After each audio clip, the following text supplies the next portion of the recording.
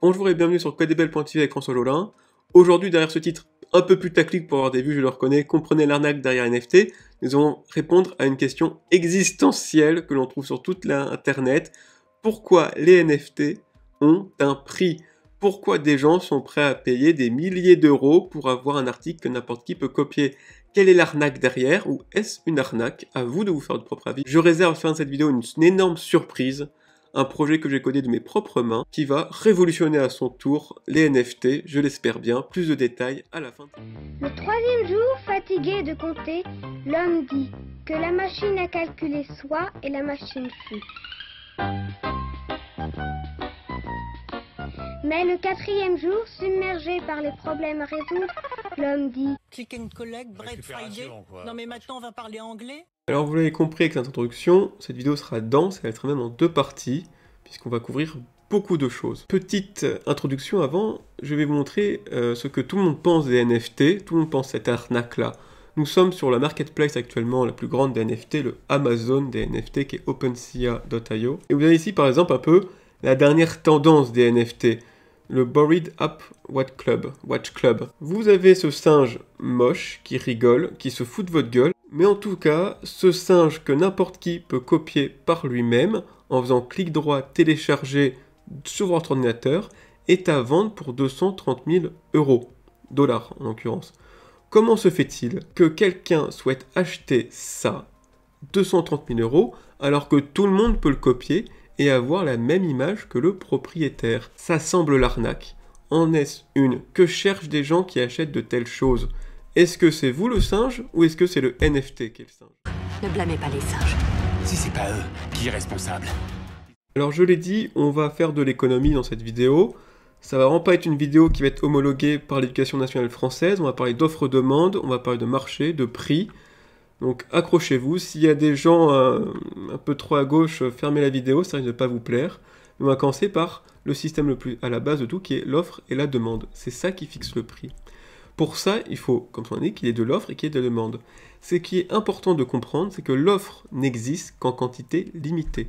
Si jamais vous avez un produit ou une ressource qui est en quantité illimitée et que tout le monde l'a, elle n'a pas d'argent. Elle ne peut pas être mise dans le système de marché d'offre et de demande. Il faut impérativement que l'offre soit limitée.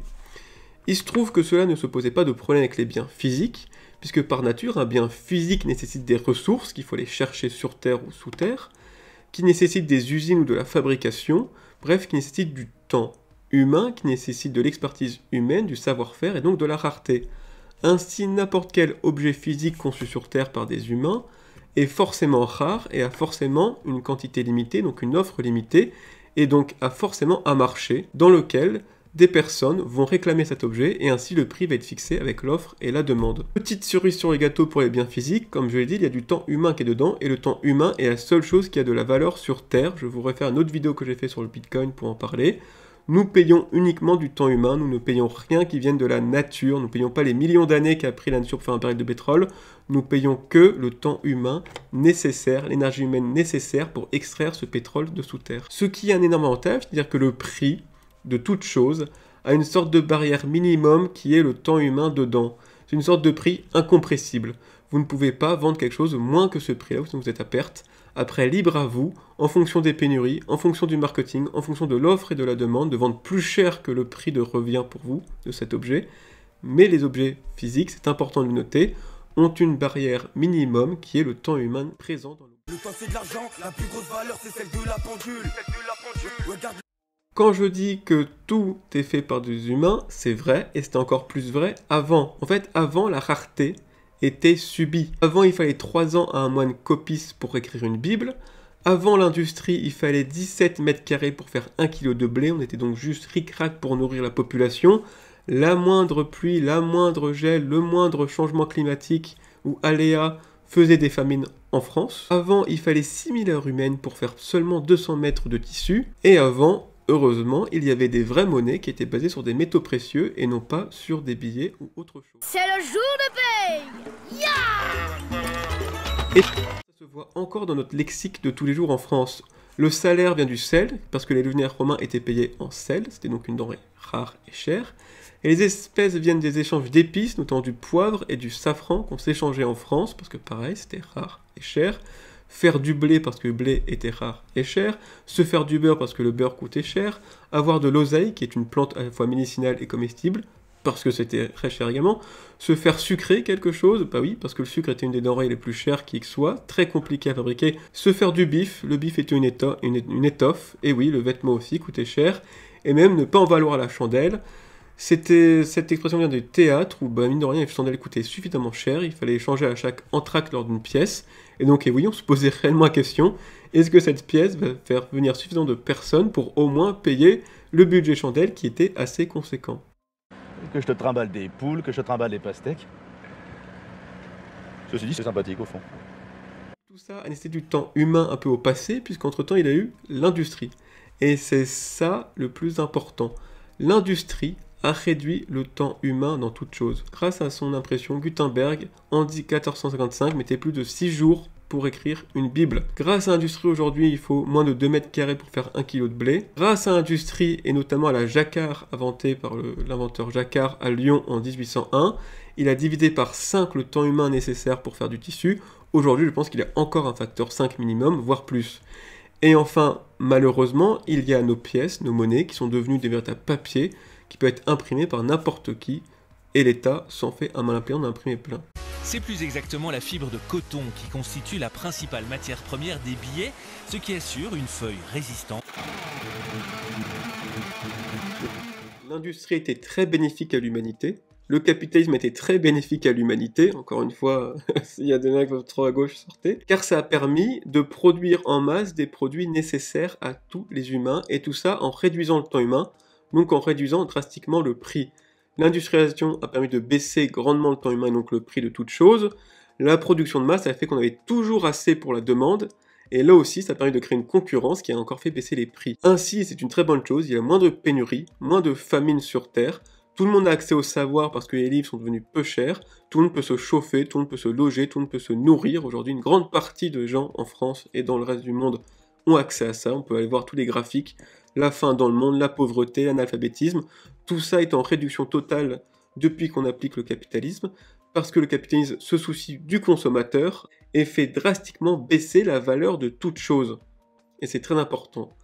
Maintenant, il y a un petit problème à ça. Le petit problème, on va dire de riche, c'est comment faire transiter de la valeur dans le temps, aux prochaines générations. On voit bien que votre sel ne vaut plus rien, votre beurre ne vaut plus rien, le blé ne vaut plus rien, vos vêtements ne vaut plus rien. Et il n'y a plus rien. N'importe quoi, enfin, j'ai 100 $. Non, tu n'as plus rien du tout. Pouf! Donc la question, même nos voitures, même nos montres, tout ça a perdu de la valeur. Et tout ça, en fait, est devenu tellement abondant qu'il n'y a plus de rareté. Donc, déjà, l'acheter, ça vaut rien, très bien, mais en plus, le revendre ne vaut encore moins bien. C'est-à-dire, vous achetez une montre, aussitôt elle perd sa valeur. La question est donc, comment créer des objets qui ont suffisamment de valeur pour permettre de transiter dans le temps, pour permettre de garder cette valeur dans le temps et avoir ainsi une valeur de revente élevée. Il y a évidemment toujours les métaux précieux, ça ne change pas. Il y a aussi le logement, mais le logement c'est quand même pas un bien très liquide, et on peut pas partir avec son logement sous le bras en cas de guerre pour conserver son patrimoine. Donc le logement aussi ses limites. Et la réponse qui a été apportée, c'est le luxe. C'est-à-dire qu'avec le luxe, on a volontairement gonflé le prix de tout un tas d'objets. Avec le luxe, des choses qui étaient faites industriellement par des machines et refait à la main, qui a comme seul but d'augmenter le temps humain dedans et donc la valeur intrinsèque de l'objet. L'humain, le fait de le faire à la main, crée une sorte de rareté aussi, c'est-à-dire on pourrait en produire plus, mais non, on ne le fait pas, on le fait à la main pour avoir une petite production. Certaines marques comme Rolex, Hermès, Ferrari font exprès de réduire leur production pour créer encore plus de rareté. Tout ça est alimenté par du marketing et un besoin aussi d'investissement, une offre limitée, une demande soutenue, bref. Le luxe rajoute artificiellement, on va dire, de la valeur dans des objets qui n'en avaient plus pour en faire des biens d'investissement qui gardent de la valeur sur du long terme. Et c'est ainsi, par exemple, que oui, vous pouvez avoir une montre qui donne très bien l'heure à 30 € chez Casio, mais oui, Rolex vous donne une montre qui donne très bien l'heure aussi pour 6 000 €, parce qu'une Rolex a comme principal but d'emmagasiner de la valeur dedans, afin de faire d'un bien d'investissement qui va passer sur le long terme. Demain tout ira mieux, j'ai pas ton temps, t'as pas ma montre. Et encore une fois, il y a encore 3 siècles, n'importe quoi que vous avez chez vous était un bien d'investissement, n'importe quoi coûtait cher, n'importe quoi se revendait très bien.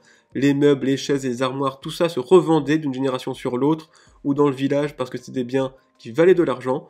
Aujourd'hui, plus personne ne veut acheter à votre prix d'origine votre meuble liquide. Le luxe a été la réponse à l'industrie qui a totalement détruit la rareté tout autour de nous, et donc détruit la possibilité d'investir dans des biens qui vont conserver de la valeur sur le long terme. Pire que l'industrie. Il y a eu l'informatique. Avec l'informatique, c'est bien simple. Tout bien qui peut être immatériel n'a plus aucune valeur. C'est aussi simple que ça. Ça a détruit tout. C'est-à-dire que ça soit un livre, une chanson ou un film, ça n'a plus de valeur. La Bible peut être copiée maintenant de bien des manières en une fraction de seconde sur votre ordinateur. Vous pouvez, si vous êtes quelqu'un de charitable, acheter un livre, acheter un film, acheter une musique, vous pouvez bien le pirater. Et dans les deux cas, à la fin, une fois que ce livre arrive sur votre ordinateur, une fois que ce film vous arrive sur votre ordinateur, il vaut plus rien. Attention, parce que ça va aller très très vite. Attention, on soulève le dollar. Attention, mesdames et messieurs. Ouais!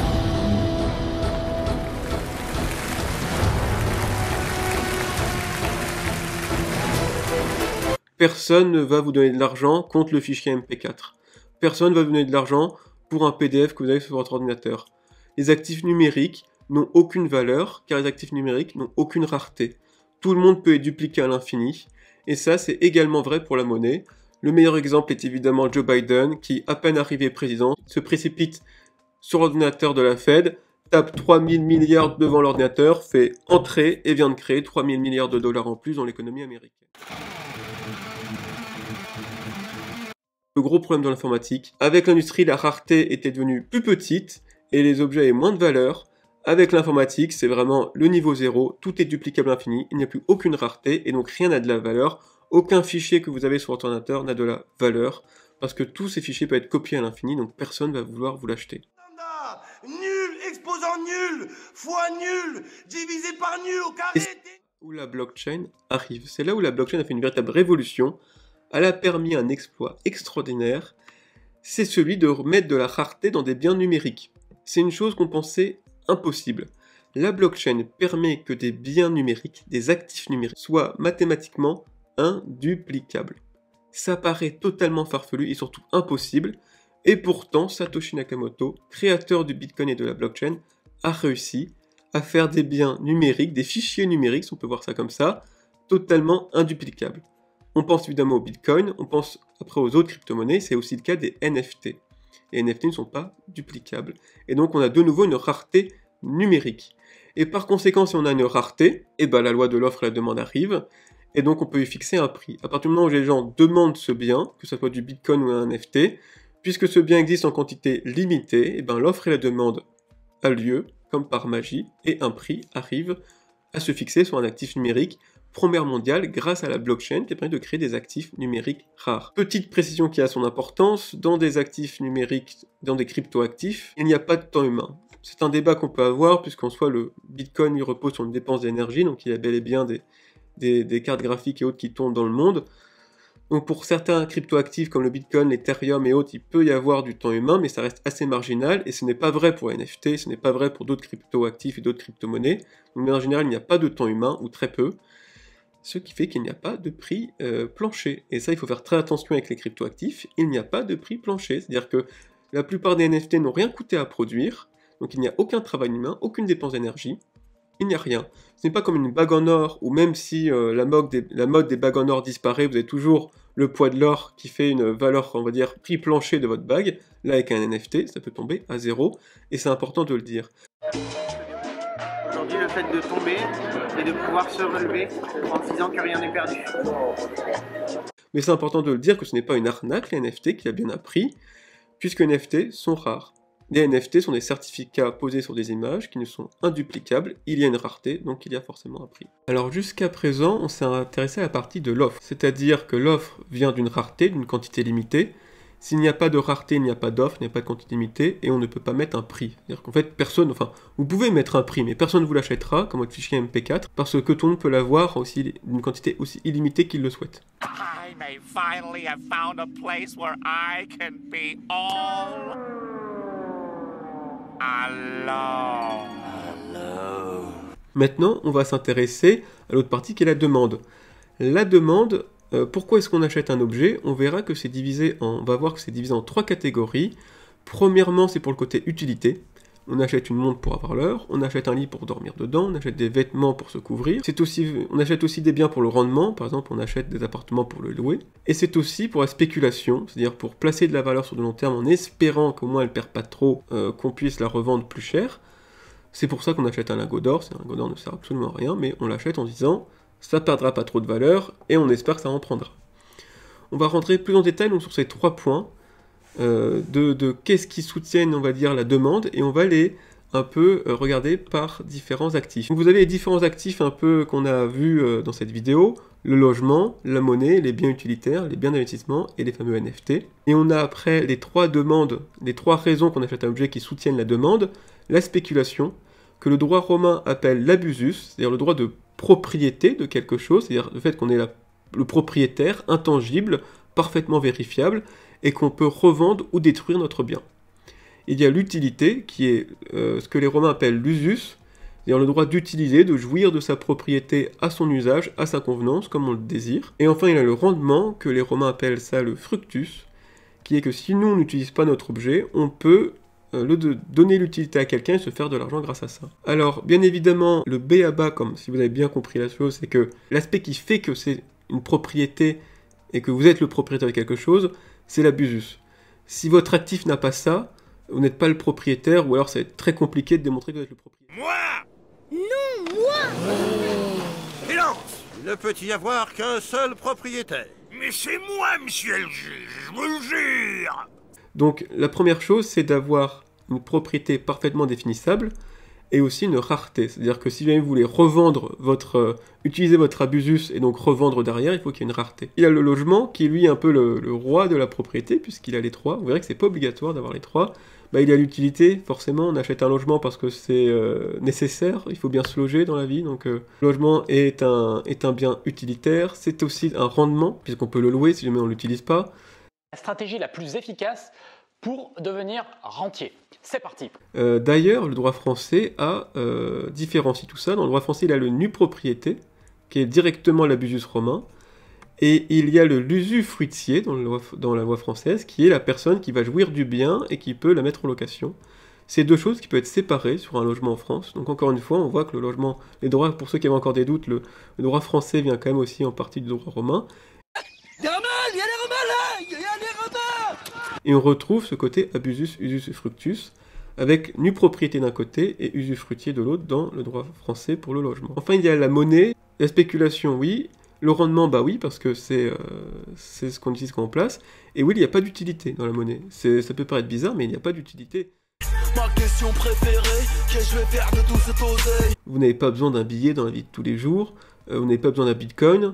Les pièces, vous voyez, les pièces de monnaie, ça peut vous servir à caler les meubles. C'est grosso modo la seule utilité qu'on peut avoir vraiment à la monnaie.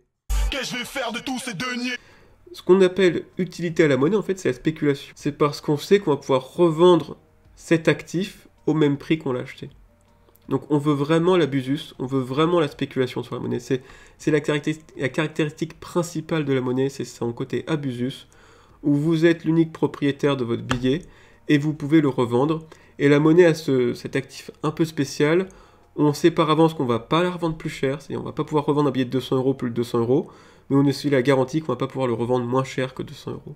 Donc la monnaie, on l'achète avant tout pour la spéculation, pour le abusus, avec une spéculation assez bizarre où on n'a jamais pouvoir la revendre moins cher, ni plus cher. Elle est bien utilitaire, bon ça c'est classique, on n'a pas de rendement, mais on a l'utilité, voilà. On achète une montre pour avoir l'heure, on achète un sac pour porter des affaires avec nous. Pour aussi parler un peu de l'économie de partage qui est en train d'avoir lieu et qui permet de louer sa perceuse à son voisin, et donc on pourrait commencer à avoir un rendement sur les biens utilitaires. Mais ça reste un peu comme les pièces de monnaie qui calent des meubles, ça reste quand même un usage assez marginal. Maintenant, imaginons que vous avez une bague en or à 500 €. Vous allez la porter, donc par conséquent, votre bague en or va avoir une sorte d'utilité, ou au moins vous allez pouvoir l'utiliser dans la vie de tous les jours. Si maintenant vous achetez un lingot d'or à 50 000 €, bah vous allez le mettre au coffre, c'est-à-dire vous n'allez pas vous en servir comme presse-papier. Vous achetez une montre à 500 €, vous allez la porter, vous allez la regarder, vous allez être joli avec votre montre. Vous achetez une Patek Philippe à 50 000 €, il y a fort probable qu'elle reste au coffre également. Pareil pour les œuvres d'art de luxe, en fait, et pareil pour le luxe. Les objets, les métaux précieux, les lingots, les pièces, ou les objets d'artisanat de luxe, sont destinés à aller au coffre. Ça me sert à rien. Et non pas, et voilà, et encore une fois, oui, personne n'achète une Rolex pour avoir l'heure, hein. Comme s'il y avait des doutes. On n'achète pas une Rolex pour avoir l'heure, on achète une Rolex pour se la péter, hein, et aussi pour en faire un bien d'investissement qui garde de la valeur, on espère qu'il va garder de la valeur sur long terme, du moins plus que les billets de banque et plus que la Casio. Donc oui, les biens d'investissement, ça peut paraître, les biens d'investissement, les produits de luxe, on les achète que pour la spéculation, que pour aller dans un coffre. On va même pas avoir la jouissance de notre bien, ne serait-ce que regarder votre montre, regarder votre lingot d'or, regarder votre œuvre d'art chez vous. Ça va directement aller au coffre et ça va servir à personne d'autre. Et donc oui, ça sert à rien, ça n'a aucun rendement, c'est de la pure spéculation, et pourtant les gens achètent. Et pourtant, si vous avez un lingot d'or, vous allez le garder parce que vous dites ça vaut de l'argent. Et bien il se trouve que NFT, c'est exactement pareil. Same, but different, but still same. C'est un NFT, ça sert à rien, ça n'a aucune utilité. Ou plus exactement, avec le NFT, c'est ça qui est rigolo, c'est pas que ça n'a pas d'utilité, c'est que tout le monde a l'utilité du NFT. C'est-à-dire que tout le monde, vous avez un NFT qui est mis sur une image, comme là avec les cyberpunk, et ben tout le monde peut jouir de l'image. C'est-à-dire tout le monde peut faire clic droit et avoir l'image, et la mettre comme papier peint, et la mettre comme fond d'écran, et la mettre sur une tasse, sur un t-shirt, sur n'importe quoi. Donc ce qui est rigolo avec les NFT, c'est que oui, vous achetez la propriété de quelque chose dont tout le monde peut s'en servir. Je sais pas quoi dire d'autre. C'est débile, mais c'est ainsi. Et oui, c'est débile, ce qui fait que vous n'avez jamais acheté un NFT pour jouir d'un usage égoïste de cet NFT, puisque non, tout le monde peut jouir de cet usage avec vous. Mais par contre, oui, les NFT sont bel et bien rares. C'est-à-dire, l'NFT de Cyberpunk que je vous ai montré tout à l'heure est bien rare, et en un seul exemplaire, c'est bel et bien cette collection, c'est bel et bien ce NFT, ce certificat numérique, induplicable. Par conséquent, il a une rareté, il peut avoir un abusus, et on peut s'en servir comme spéculation. Et en fait, on ne s'en sert que comme spéculation. Et donc voilà à quoi servent les NFT. De la même manière que non, on n'achète pas un lingot d'or pour le regarder chez soi et dire « Oh, il est beau mon lingot », de même qu'on n'achète pas une Rolex pour avoir l'heure, on n'achète pas un NFT en disant « Je vais pouvoir jouir de mon bien égoïstement ». Tout le monde peut jouir de votre bien autant que vous, l'image est duplicable à l'infini. Par contre, le certificat de l'image, lui, est mathématiquement induplicable, ce qui en fait une rareté absolue, et par conséquent, l'offre et la demande s'appliquent et il peut avoir un prix. Maintenant, pourquoi des NFT coûtent 200 000 et pourquoi d'autres coûtent seulement 20 €? Beaucoup plus de gens veulent les NFT Cyberpunk, qui est l'original de tous les NFT, qu'un NFT tout pourri créé par n'importe qui. C'est uniquement le principe d'offre et la demande qui fixe des prix, des fois, exubérants, il faut bien le reconnaître. Il y a des vagues, il y a des bulles, il y a tout un tas de raisons qui peuvent faire que les prix explosent et sont totalement décorés, donc à bien. Ils sont conçus pour la spéculation et pour se dire que j'aurai un bien qui va avoir de la valeur dans le futur. Inch'Allah. Non, la surprise. La surprise, c'est existe-t-il un NFT qui récupère les 3 points? Donc la spéculation, évidemment, c'est-à-dire l'abusus, la rareté, le fait qu'on puisse la revendre, qu'on est l'unique propriétaire et qu'on peut la revendre, mais surtout l'utilité et le rendement. Et bien la question est oui, et votre meilleur youtubeur l'a fait. Et oui, c'est un NFT où les 3 points du droit romain sont respectés, comme avec un logement. C'est-à-dire que vous seul pouvez jouir de votre bien, personne d'autre n'a votre œuvre d'art. Que ça soit l'ancien acheteur ou le futur même acheteur du NFT, n'auront pas la même œuvre d'art que vous. Votre œuvre d'art est parfaitement unique et privée, et seul vous la détenez. Et en plus, j'ai conçu un mécanisme qui va vous permettre même de faire de l'argent avec ce NFT. La suite dans la deuxième partie où je vous présente ce NFT que vous pourrez acheter, et surtout que je vais vous faire gagner, puisqu'il y aura un jeu concours, où je vais vous montrer comment créer une adresse Ethereum, pour que n'importe qui puisse jouer au jeu concours, et peut-être gagner ce fameux NFT conçu avec tous les 3 points du droit romain. Voilà, à très bientôt.